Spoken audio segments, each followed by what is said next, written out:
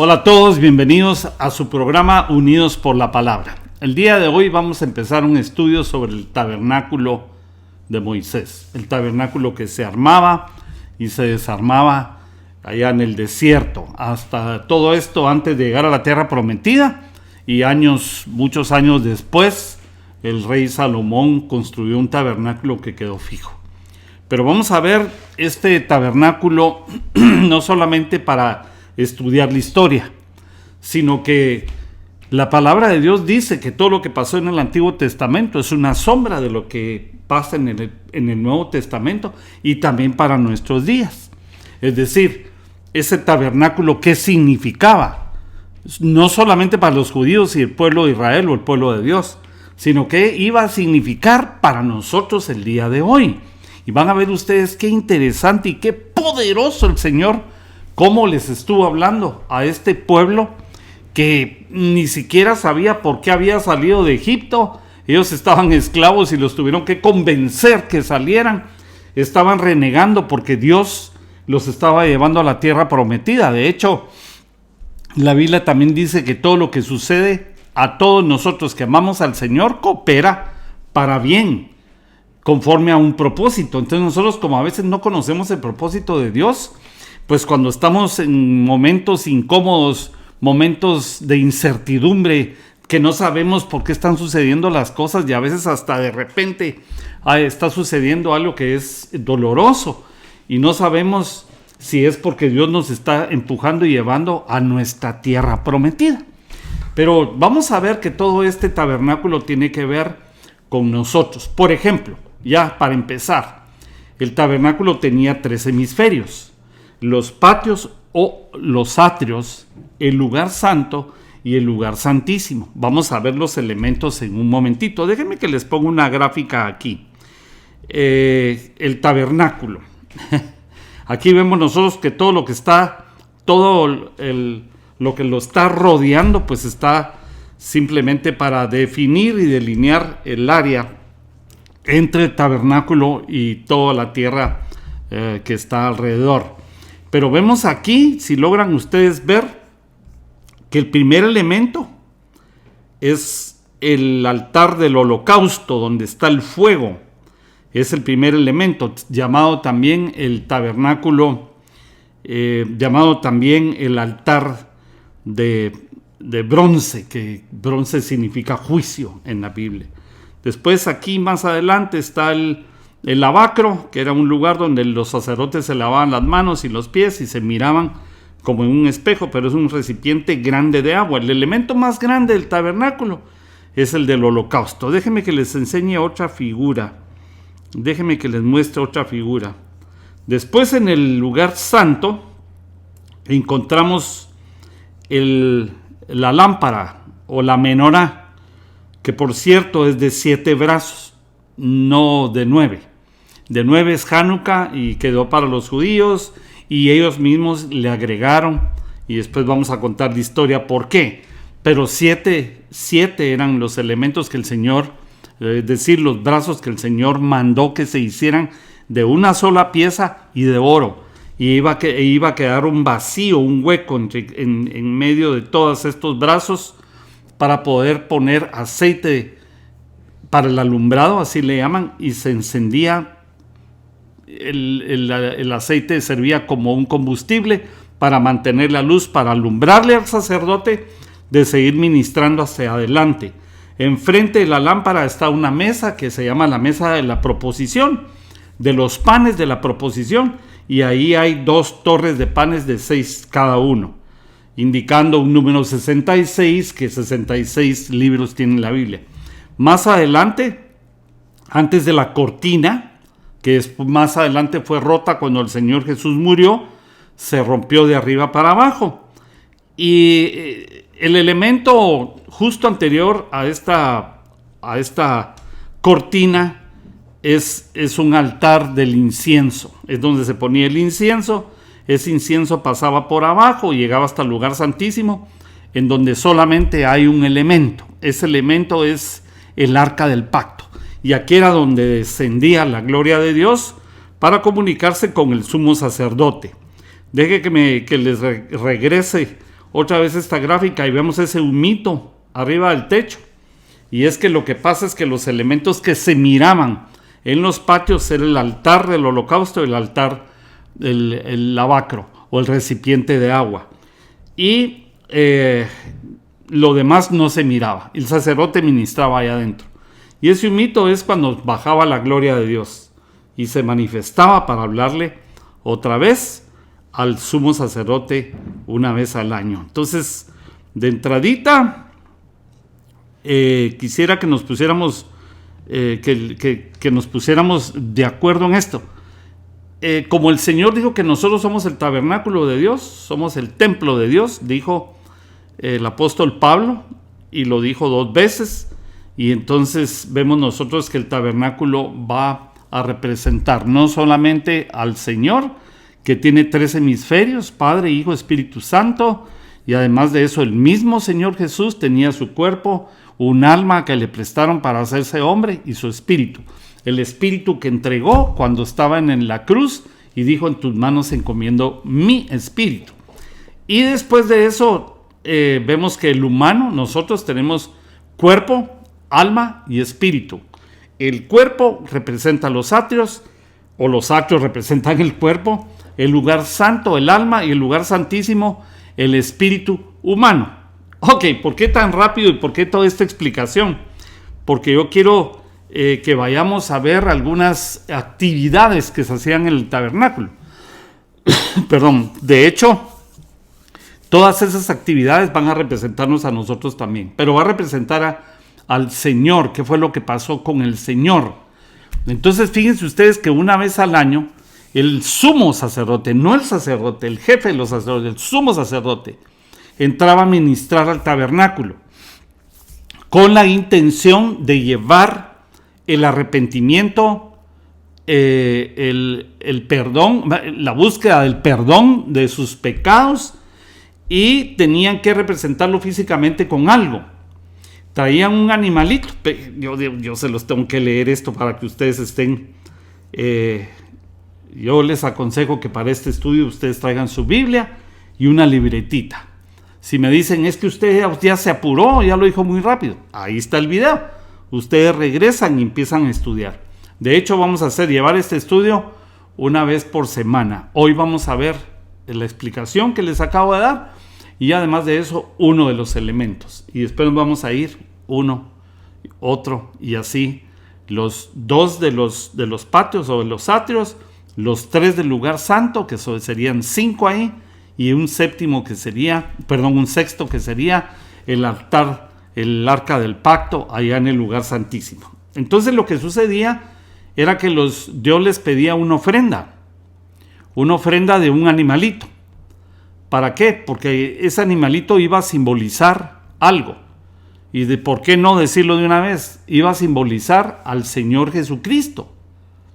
Ustedes saben que Juan el Bautista dijo, se los voy a leer y le voy a decir en dónde queda esta cita, pero Juan el Bautista dijo, en Juan 1:29 dice: el siguiente día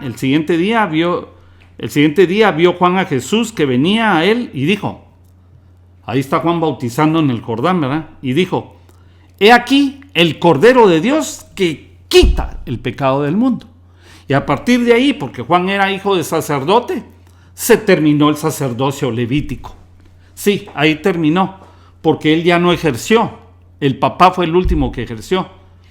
Él ya no volvió a ejercer como sacerdote, ya no se vistió como sacerdote, se vestía con pieles de camello, ya no comió los panes de la proposición ni de la carne que quedaba del animalito, de los animalitos de sacrificio, sino que se alimentaba de lo que en México se conoce como los chapulines o como los grasshoppers, dice la Biblia en inglés, pero son las langostas. Langostas no las de mar, sino aquellas langostas que se mueven, incluso que llegan a ser una plaga, que son como unos grillos grandes o chapulines.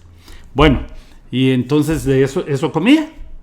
¿Por qué? Porque se terminó el sacerdocio. Él presentó el Cordero de Dios que quita el pecado del mundo. El que se entregó a sí mismo por nosotros.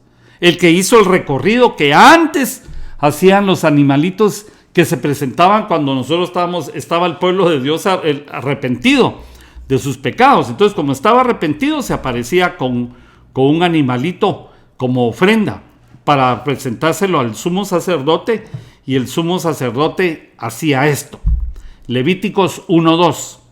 Habla a los hijos de Israel y diles: cuando alguno de entre vosotros ofrece ofrenda a Jehová de ganado vacuno o de ovejuno, o sea, de ovejas, haréis vuestra ofrenda. O sea, venía arrepentido, compraba una oveja o un corderito, se lo presentaba al sacerdote y el sacerdote lo recibía.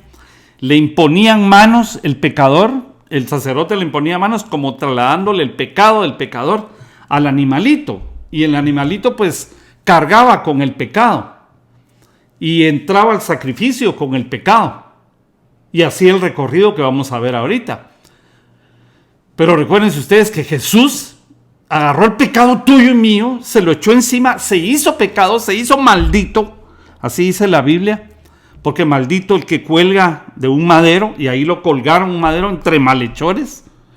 Y entonces Él es el Cordero de Dios que quita el pecado del mundo. Y Él hizo el recorrido que hacían en el tabernáculo. Miren ustedes cuántos años se tardaron en entender que el Cordero de Dios había de venir. Y al fin vino. Y entonces alguien lo sacrificó.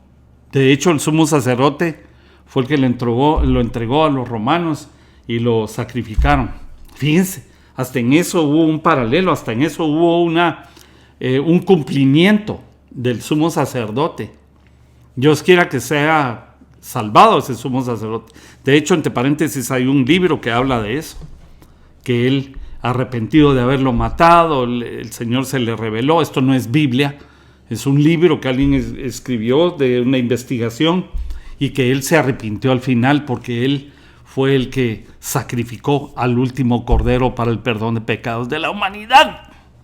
Bendito sea el Señor. Entonces miren lo que sucedía. Levíticos 1:2. Habla a los hijos de Israel y diles: cuando alguno entre vosotros ofrece ofrenda a Jehová, ya lo había leído esto, de ganado vacuno u ovejuno, haréis vuestra ofrenda. Verso 3. Si su ofrenda fuere holocausto vacuno, holocausto quiere decir quemado completamente, quemado hasta las cenizas. Eso quiere decir holocausto. Si su ofrenda fuera de holocausto, o sea, si era presentado para que fuera sacrificado en holocausto, dice,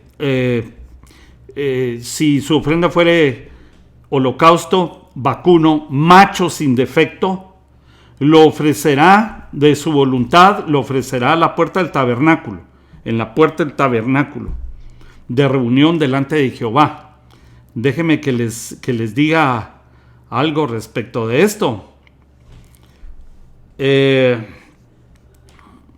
sacrificio que el animalito iba a recibir, pero déjenme que les diga algo, porque aquí dice macho sin defecto. Se presentaba al sacerdote y parece ser que el sacerdote lo revisaba si tenía defecto o no, y lo revisaba por 4 días. Si tenía defecto lo regresaba, si no lo sacrificaban. 4 días. ¿Qué quiere decir eso? ¿O qué tiene que ver esto con lo de ahora? Porque fíjense ustedes que al Señor Jesús lo prendieron. De ahí lo tuvieron de Herodes a Pilatos. ¿Se recuerdan ustedes que Pilato lo recibió y dijo: no, esto le toca a Herodes, porque tenía un rango mayor, y se lo mandaron a Herodes. Herodes se lo mandó a Pilatos, y así estuvieron viendo hasta que Pilatos dijo: este hombre es inocente, y se lavó las manos con agua. Ustedes vieron, ustedes leyeron en alguna oportunidad o vieron alguna película, pero se lavó las manos. De hecho, hay dichos hoy día que como Pilatos me lavo las manos. Eso quiere decir, yo no me meto en esto, porque él lo vio justo. La esposa de Pilatos tuvo pesadillas y le dijo: no tengas que ver con este justo, ese hombre es justo. Entonces se lavó las manos y lo entregó. Y lo sacrificaron al 4º día, porque él era el animalito, el macho sin defecto. No tenía defecto, ni tenía pecado, ni había hecho nada malo. Sin embargo, lo sacrificaron. Y así estaba escrito en este proceso. Entonces, en Levítico 1:3, nosotros vemos que encuentran sin defecto al animalito y lo ponen a la puerta del tabernáculo. Y dice el verso 4, y pondrá su mano sobre la cabeza. El pecador le pone las manos sobre la cabeza del holocausto, o sea, del animalito que va a ser quemado, y será aceptado para expiación suya. Es decir, no tiene defecto y lo vamos a meter para la expiación. Es decir, que Él va a pagar por ti. Pero esto solamente era la sangre de ese animalito literal, solamente cubría el pecado. Pero cuando vino Jesús y dijeron, Juan dijo, este es el Cordero de Dios que quita el pecado del mundo, ya no cubre el pecado, ahora lo quita el pecado. Entonces Jesús sí te quita el pecado. Y a mí también, no es que lo cubra, no es que lo esconda para que no lo vea el Padre, lo quita totalmente. Fíjate, a mí el Señor, una de las cosas que me cambió fue la fiesta del alcohol. ¿Ok? Yo podría haber ido a Alcohólicos Anónimos para ayuda, y tal vez tú también. Y entonces en Alcohólicos Anónimos te enseñan y aprendes y te quitas. Es poderoso ese ministerio, es poderoso, Alcohólicos Anónimos.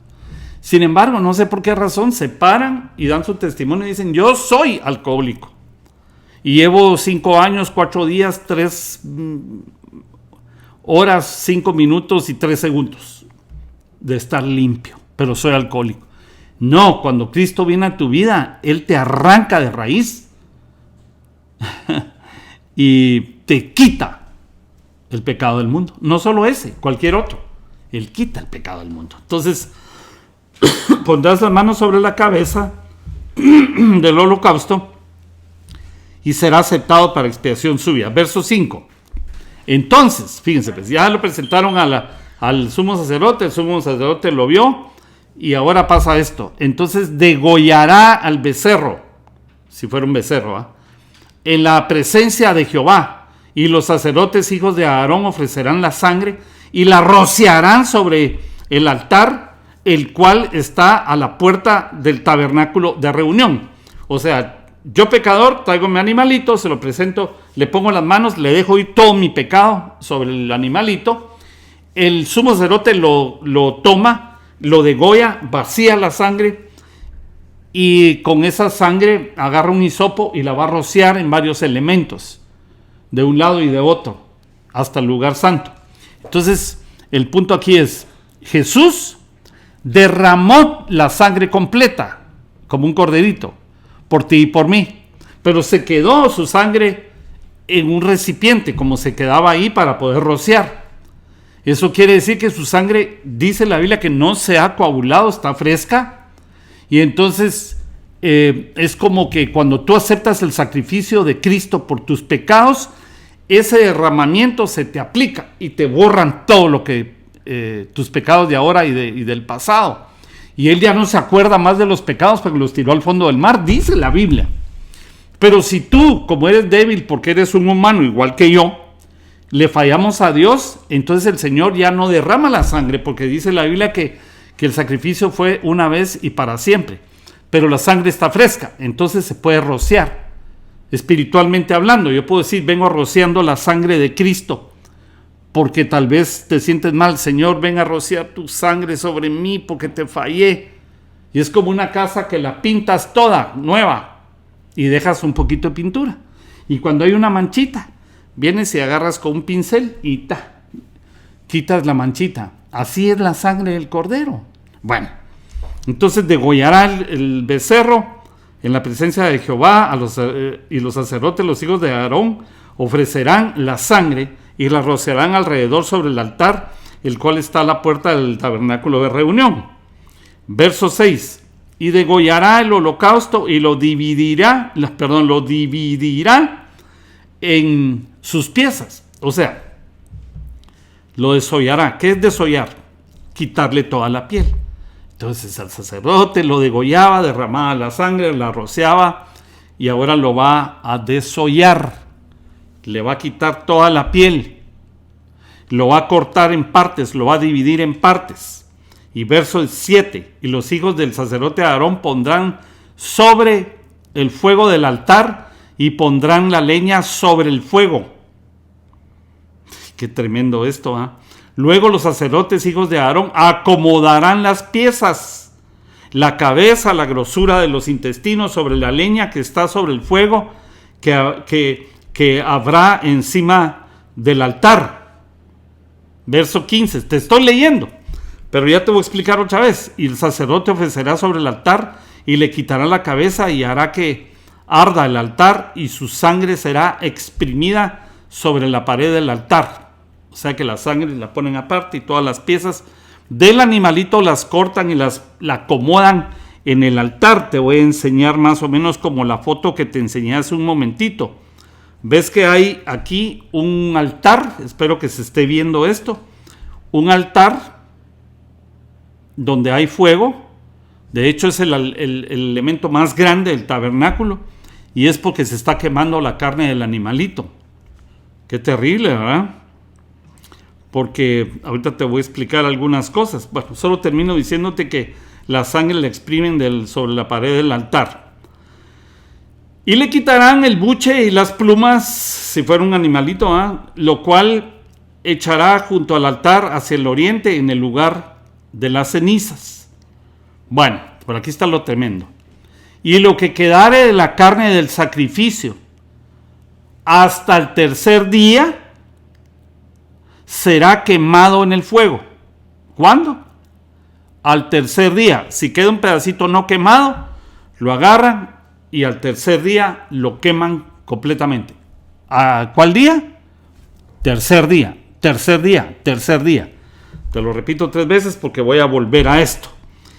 Entonces, después de que el sacerdote lo desolla, corta las partes, lo pone en el holocausto, la sangre, mientras se está quemando todo, la sangre la toma en un recipiente y entra a ministrar. Te voy a tratar de poner aquí, espero en Dios que se pueda ver esto. Ahí va el sacerdote, la lámpara le ilumina o le alumbra hacia adelante, entra hasta el último elemento del lugar santo, que es el incienso. Entra con unas campanitas, porque si el sumo sacerdote tenía pecado, caía muerto, porque estaba en la presencia de Dios. Entonces, si caía y entraba con un lazo amarrado, lo arrastraban hacia afuera para poderlo sacar de ahí, porque nadie podía entrar a sacarlo, porque eran pecadores. Pero entraba hasta el altar de la presencia de Dios qué lindo esto. Este es en el último elemento, ¿verdad? Hasta donde está la presencia de Dios, donde iba a bajar la presencia de Dios, en el arca del pacto. Entonces ahí está con la sangre el sumo sacerdote, esperando. Y la gloria de Dios bajaba y se metía en el arca del pacto. Y ahí el sumo sacerdote entregaba la sangre y el Padre, Dios, le decía: el sacrificio de la sangre está bien, es aceptado. Dile al pueblo que sus pecados fueron perdonados. Y entonces ya salía el sumo sacerdote, se paraba en los patios y decía: el Señor se agradó de su holocausto, de su ofrenda, y ustedes fueron perdonados por el derramamiento de sangre de estos animalitos. Y el pueblo gritaba y decía: ay, ay, gloria a Dios, aleluya, nos perdonaron los pecados. Bueno, todo esto es lo que sucede ahora. Tú pecas y en vez de matar a un animalito o traer una ofrenda, tú vienes delante del Señor Jesús a decirle, como nadie va al Padre si no es por Cristo: Señor Jesús, tú eres el Cordero de Dios que quita el pecado del mundo. Acompáñame a dar esta ofrenda de mi corazón, tu sangre derramada. Y entras en cualquier lugar del mundo y se te permite, por la sangre del Cordero, entrar al lugar santísimo, dice la Biblia, y a la presencia de Dios ante su trono. Entonces tú le dices: Padre, perdóname, en el nombre de Jesús, perdóname, yo acepto el sacrificio de Cristo. Es por eso es que hay que aceptar el sacrificio de Cristo, es aceptar el derramamiento de su sangre. Que si confesares con tu boca que Jesús es el Señor y crees en el corazón que el Padre lo resucitó entre los muertos, serás verdaderamente salvo. ¡Ay, qué tremendo eso! Entonces yo acepto el sacrificio del Cordero de Dios que quita el pecado del mundo. No tengo que matar animalitos. Por eso no hay necesidad de tercer templo, cuarto templo, lo que sea. Porque tú eres el templo y ahora llevas a Cristo aquí. Y el sacrificio ya fue hecho. Es más, fíjate pues, ¿quién es el animalito del sacrificio que fue al altar del holocausto? Para empezar, ¿qué es el altar del holocausto? Te voy a leer algunas escrituras allá en Apocalipsis capítulo. Lo voy a leer rápido, porque tú vas a regresar al video y porque te tengo que decir esto, todo el concepto completo para que tú sepas lo que Jesús hizo por ti. Él pagó la primera muerte y la segunda muerte. ¿Qué es eso? Bueno, es el lago de fuego. El altar del holocausto es el altar de fuego, es el lago de fuego, es el infierno, representado en el tabernáculo. Sí, Señor. Apocalipsis 20:14. Y la muerte y el Hades es el Seol, allá abajo, es lo mismo, solo que uno en griego y otro en hebreo, fueron lanzados al lago de fuego. Esta es la muerte segunda. La muerte segunda es el lago de fuego. La gente muere una vez, deja de respirar, pero en el juicio final la van a levantar para meterla al lago de fuego, si no está inscrita en el libro de la vida, el Cordero, que solo se puede apuntar ahí tu nombre y mi nombre si confesares a Jesús. Por eso la urgencia de que nosotros confesamos a Jesús. Pero entonces la segunda muerte es el lago de fuego, según Apocalipsis 20:14, Apocalipsis 19:20.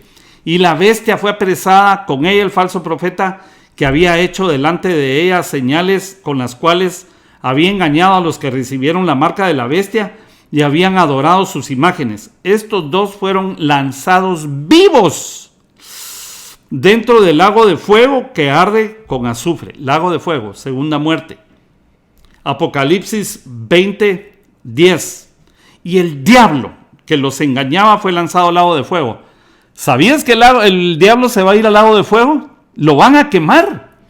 Mucha gente dice que se quiere ir al infierno porque allá está el diablo con muchas mujeres y casinos y todos divirtiéndose. No, señor. Y que el diablo con un tenedor puyando, así como en las películas de antes, ¿verdad? Puyándolos con un tenedor gigante. No, señor. El diablo va a ir al lago de fuego a ser destruido. El diablo que los engañaba fue lanzado al lago de fuego y azufre, donde estaban la bestia y el falso profeta, y serán atormentados día y noche por los siglos de los siglos. El diablo. Wow. Apocalipsis 20:14. Y la muerte y el Hades fueron lanzados al lago de fuego. Esta es la muerte segunda. Apocalipsis 20:15.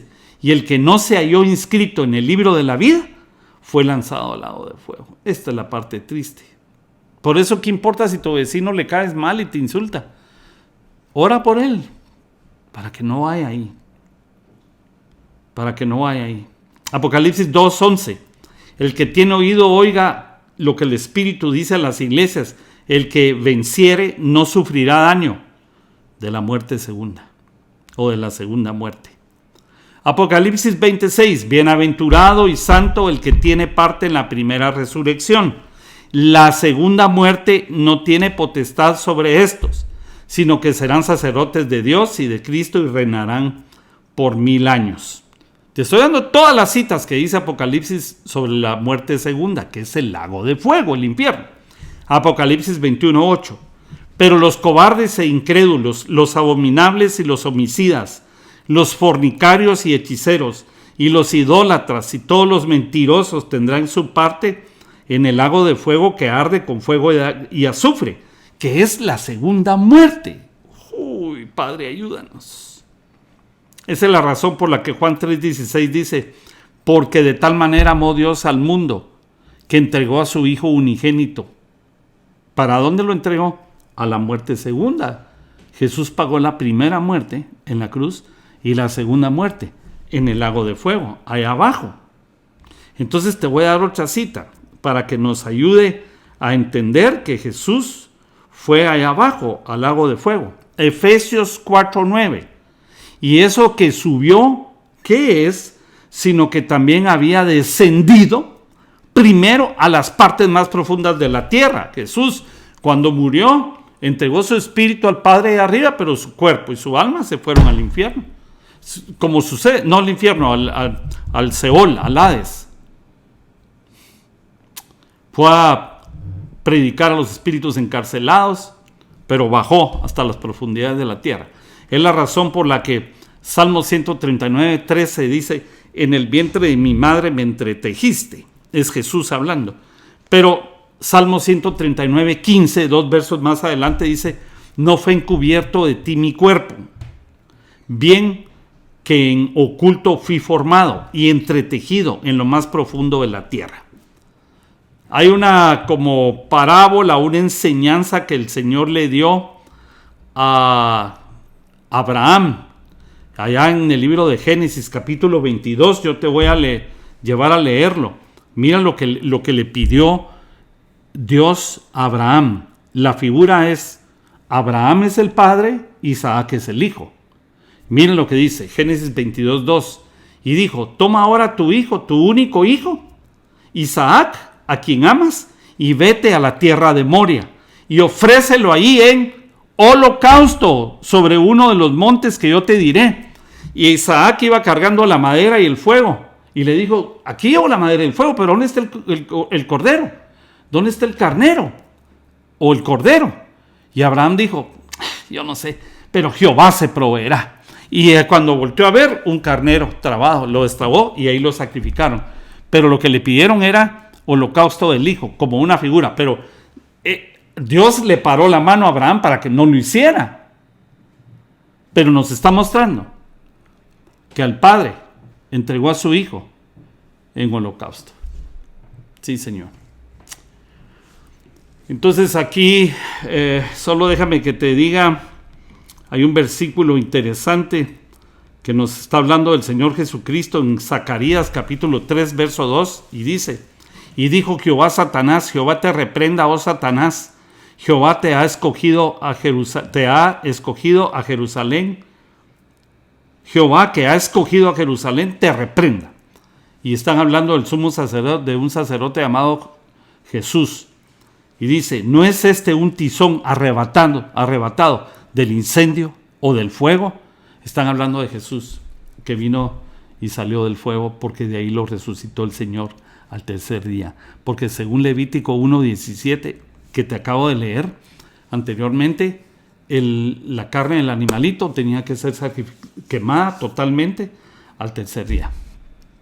Entonces, ¿qué pagó Jesús por ti y por mí? Pues se entregó en holocausto, no solo en la cruz. Mel Gibson, en su película sobre Jesús, que fue muy famosa y que hubo mucha sangre, y trató de relatar el sufrimiento de Jesús en las torturas y los latigazos, mucha sangre, para que uno sienta el dolor que Jesús pasó. Eso no es nada. Jesús dijo: yo sé de dónde vengo y a dónde voy. En Getsemaní él decía: no se haga mi voluntad sino la tuya, porque él sabía que no solo iba a ir a la tortura, a la cruz, sino que tenía que bajar a ser quemado, y tenía que confiar en que el Padre lo resucitaría de entre los muertos. Él es el único que ha ido a la segunda muerte y resucitado de ahí. ¿Para qué hizo eso? Para que tú no pases, para que yo no pase por ahí, para que nunca vayamos al infierno. Fíjate, primera muerte y segunda muerte es como un cheque que tiene números y tiene en palabras los escritos, los números que están arriba, y tienen que coincidir los dos o no lo pagan en el banco. Entonces Jesús pagó la cuenta completa, con un cheque, con números y con letras. Él pagó la primera y la segunda muerte. Si tú nunca le entregaste tu vida a Jesús voluntariamente, no que naciste en un hogar donde se hablaba de Jesús o un hogar cristiano, si tú hoy voluntariamente le quieres entregar tu vida a Jesús, Él va a salvarte de ese lugar. Romanos 10:9-10 dice que hay que confesarlo con la boca y creer con el corazón. Oremos. Padre, yo te pido perdón por mis pecados y me arrepiento y me quiero reconciliar contigo. Perdóname porque he sido indiferente a ti, pero gracias por ese sacrificio grande que nadie ha hecho en la historia de la creación. Te confieso con mi boca que tú eres el Señor. Señor de mi vida y el Señor del universo. Y creo que el Padre te resucitó entre los muertos. Gracias, Señor, por tu sacrificio, por tu salvación eterna. Gracias te doy, y te doy gracias porque lo hiciste por mí y por toda mi casa, Señor. Te amo, te doy gracias en el nombre maravilloso de Cristo Jesús. Te amo, Señor. Gracias. Amén y amén. Que Dios te bendiga. Nos vemos la próxima semana para continuar el estudio del Holocausto. Y, además de eso, el estudio del tabernáculo y todos sus elementos. Lo que significan para hoy, para ti y para mí. Que Dios te bendiga.